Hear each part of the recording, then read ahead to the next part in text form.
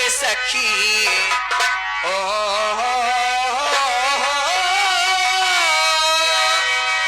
ए बोझा गुरुआ अरे टोलिया चढ़ के सखी अरे कैली जब कवनावा के सैया के आगे घुमटवा न खोली टोलिया चढ़ के सखी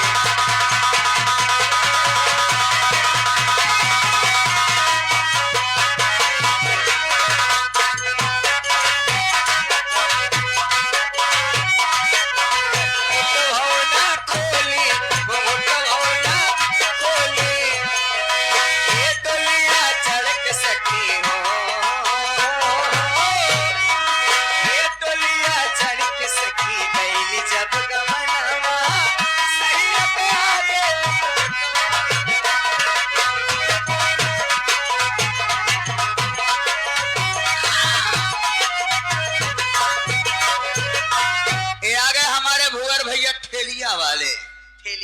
हाँ ठेलिया वाले के तरफ से 10 रुपया गीत सुनते हुए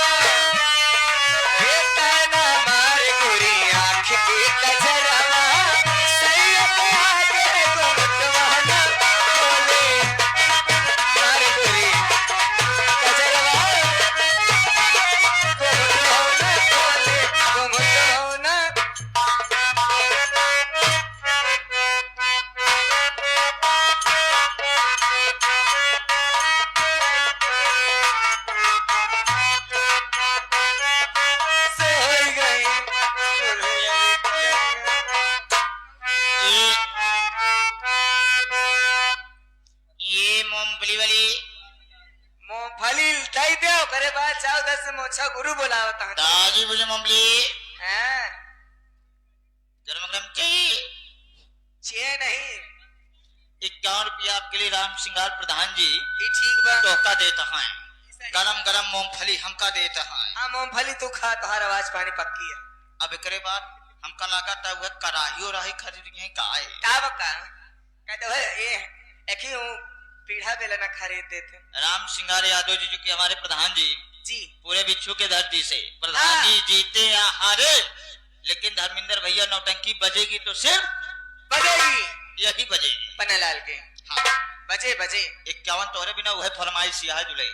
प्रधानी वाला नहीं लड़का वाला बस भड़ाक हो जाए लेकिन प्रधानी वाला गाना सुनाए तो करे बाद फिर हो जाए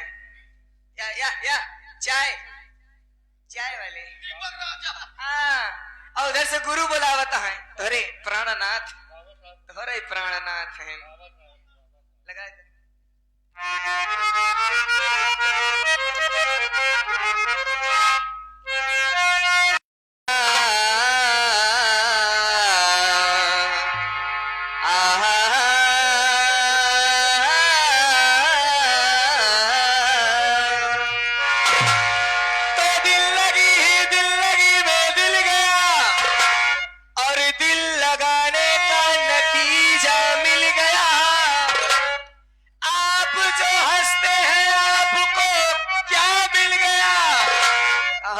गुरु वही मोछक तेरे तेरे मुस्कियाई लेता करे जाऊ अनियर पर अरे अब ये प्राणनाथ तो का ये सब ना पहले चाहिए कहने प्राण जी की दिल लगी में दिल गया और दिल लगाने का नतीजा मिल गया आप जो हंसते हैं आपको क्या मिल गया हम तो रो रहे हैं क्योंकि हमारा दिल गया दिल की बस्ती अजीब बस्ती है रोज बस्ती है रोज उजड़ती है दिल की दुनिया खरीदने वाले जितनी महंगी है उतनी सस्ती है सही बात है गुरुजी जितनी महंगी है उतनी सस्ती है इसीलिए हमारा कहना है कि प्यार के मोड़ पर मिल गए हो अगर वो प्यार के मोड़ पर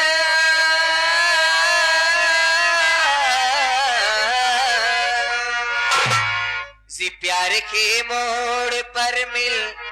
गए हो अगर तो फिर से मिलाने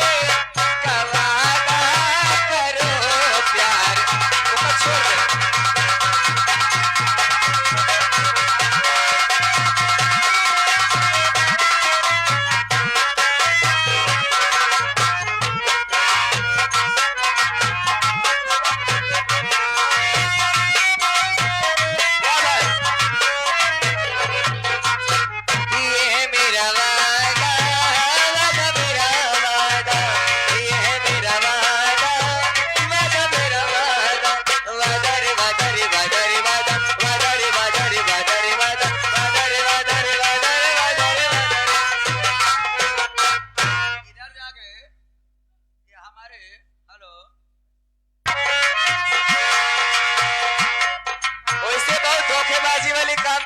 प्रधान चला जाता है प्यार के मोड़ पर मिल गए हो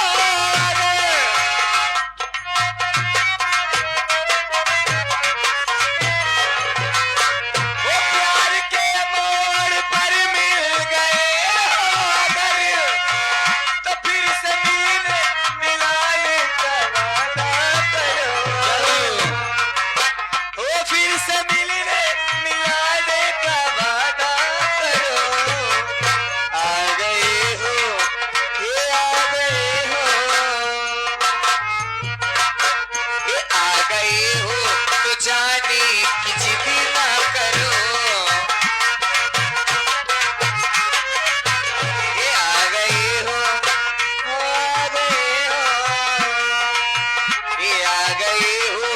जाने की जिद ना करो, हो जा रहे हो तो आने का वादा करो, आ गए हो तो जाने की।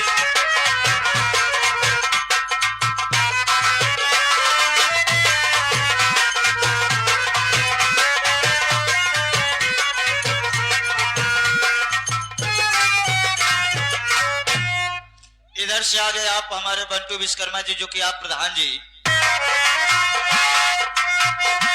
मैंने माना ये उल्फत का दस्तूर है,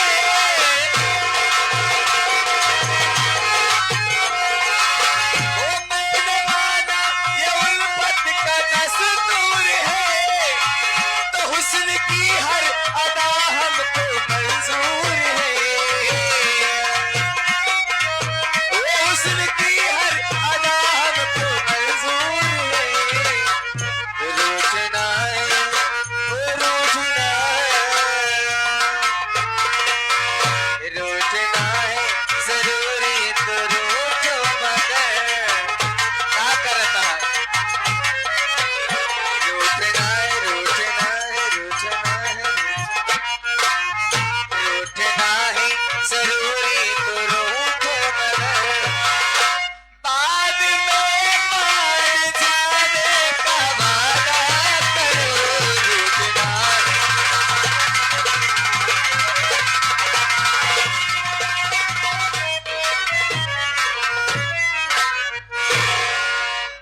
लौड़े खुरा फाती हो,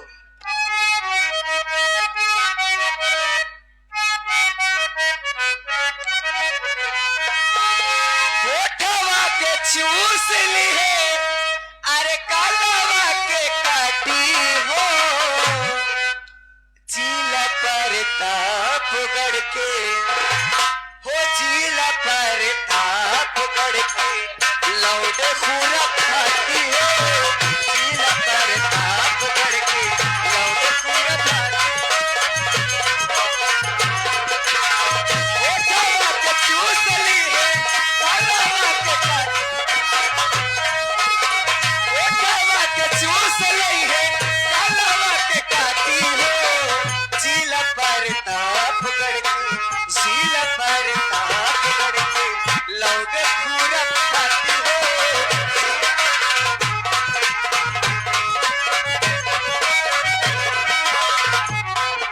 ये बाटे रंग बाज लौड़ी रगरेला जादा,